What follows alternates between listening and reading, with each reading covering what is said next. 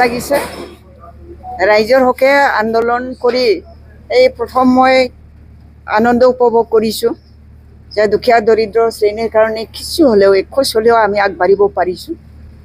এই গতিকে মই বহুত ভাল পাইছোঁ আৰু মোক যিসকল সংগঠনে মানে নেতৃত্ব দিবৰ কাৰণে আহ্বান জনাইছিলে তেওঁলোকক সকলো অৰ্গেনাইজেশ্যনৰ সকলো লিডাৰসকলকো মই আন্তৰিকভাৱে ধন্যবাদ জ্ঞাপন কৰিছোঁ যে মই যোৱাকালি কিবাটো পালোঁ অৰ্ডাৰটো পালোঁ।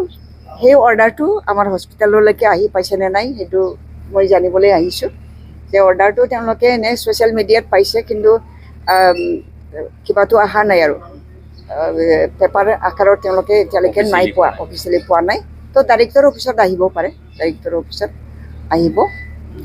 যি নহওক এটা অৰ্ডাৰ ওলাইছে যিহেতু মাননীয় মুখ্যমন্ত্ৰী ডাঙৰীয়াৰ নেতৃত্বত তেওঁৰ অৰ্ডাৰত যিহেতু আমাৰ বিষয়াসকলে অৰ্ডাৰটো উলিয়াইছে গতিকে সেইটো বাস্তৱত মানে সঁচাকৈয়ে মানে আনন্দিত হ'বলগীয়া কথা হৈছে।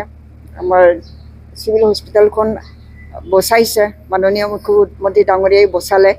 এই গতিকে তেখেতক মই আন্তৰিক ধন্যবাদ জ্ঞাপন কৰিছোঁ আৰু ভৱিষ্যতলৈ তেখেতে 2 বছৰ সময় বিচাৰিছে। 2 বছৰৰ ভিতৰত তেওঁ এই আমাৰ মেডিকেল কলেজ আৰু আমাৰ চিভিল হস্পিটেল এইটো মানে ঠিক পৰ্যায়ত আহি পাবলৈ মানে ক্ষমতাশীল হ'বৰ কাৰণে ক্ষমতাটো দিবৰ কাৰণে তেওঁ 2 বছৰ লৈছে।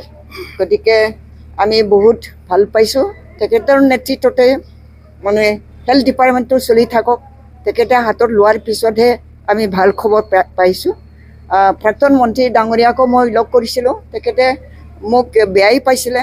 মই ৰিকুৱেষ্ট কৰিছিলোঁ চিভিল হস্পিটেলটো ইয়াতে ৰাখিব লাগে, তেতিয়া মই আকৰ্কচ তেখেতক ধৰাৰ কাৰণে তেওঁ মোক বেয়াই পাইছিলে। কিন্তু আজি এগৰাকীয়ে মুখ্যমন্ত্ৰী হৈ পেলাই মাননীয় মুখ্যমন্ত্ৰী শ্ৰীযুত হিমন্ত বিশ্ব শৰ্মা তেখেতে মিটিং এৰেঞ্জ কৰাৰ পিছত বিষয়টো গম্ভীৰ হিচাপে লৈ পেলাই গুৰুত্ব সহকাৰে লৈ পেলাই আজি তেখেতৰ নেতৃত্বত চৰকাৰীভাৱে এখন অৰ্ডাৰ উলিয়াই দিলে যে চিভিল হস্পিটেলটো যেনেকৈ আছে তেনেকৈয়ে থাকিব আৰু যিখিনি ডিপাৰ্টমেণ্ট কাটি লৈ গৈছিলে সেইটো তেখেতে মিটিঙতে মৌখিকভাৱে কৈছে যে 15 আগষ্টৰ আগতে সেই গতিটো মানে আকৌ ঘূৰাই দিব।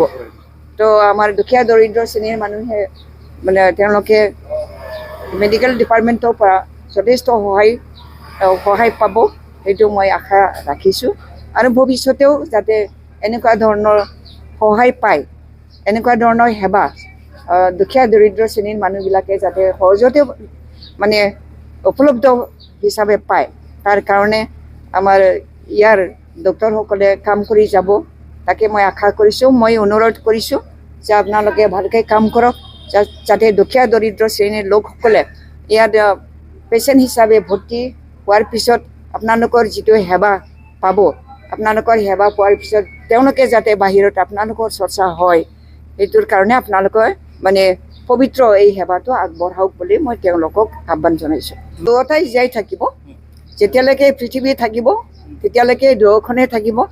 মেডিকেল কলেজটো আমাৰ একেবাৰে আমাৰ আমঠু হয়, মাননীয় হাগ্ৰামা মহিলাৰী ডাঙৰীয়াৰ সৃষ্টি হয়, আমাৰ প্ৰাক্তন মুখ্যমন্ত্ৰী তৰুণ গগৈ ছাৰৰ সৃষ্টি হয়। গতিকে এইটোতো আমি বৰ্তাই ৰাখিব লাগিব আৰু সকলো মেডিকেল কলেজতকৈ যাতে আমি উন্নত ধৰণৰ মেডিকেল কলেজ এখন পাওঁ। ইয়াত পঢ়ি পেলাই ওলাই যোৱা ডাক্তৰসকল যাতে ভাল ডাক্তৰ হয়, মানুহক সেৱা কৰিবৰ কাৰণে ব্ৰতী হৈ থাকে তাকে আমি কামনা কৰিম। আৰু ইয়াৰ কাৰণেও মই আকৌ মেডিকেল কলেজৰ প্ৰিন্সিপালৰ লগত এবাৰ মিটিঙত বহিম যাতে তেওঁলোকে দুখীয়া দৰিদ্ৰ শ্ৰেণীৰ হওক বা ধনী শ্ৰেণীৰ হওক সকলো পেচেণ্টকে যাতে সমান চকুৰে চাই পেলাই তেওঁলোকৰ যিখিনি দিবলগীয়া সেৱা সেই সেৱাটো দিয়াত যাতে কৃপণালি নকৰে তাৰ কাৰণেও মই মেডিকেল কলেজত গৈ পেলাই এবাৰ বহিম, তেওঁলোকৰ মনত উৎসাহ যোগাম। আমি যিকোনো বিনিময়ত তেওঁলোকে যাতে ভালকৈ তেওঁলোকৰ যিটো কৰ্তব্য সেই কৰ্তব্যটো পালন কৰাত সহায় পায় তাৰ কাৰণে আমি আগবাঢ়িম।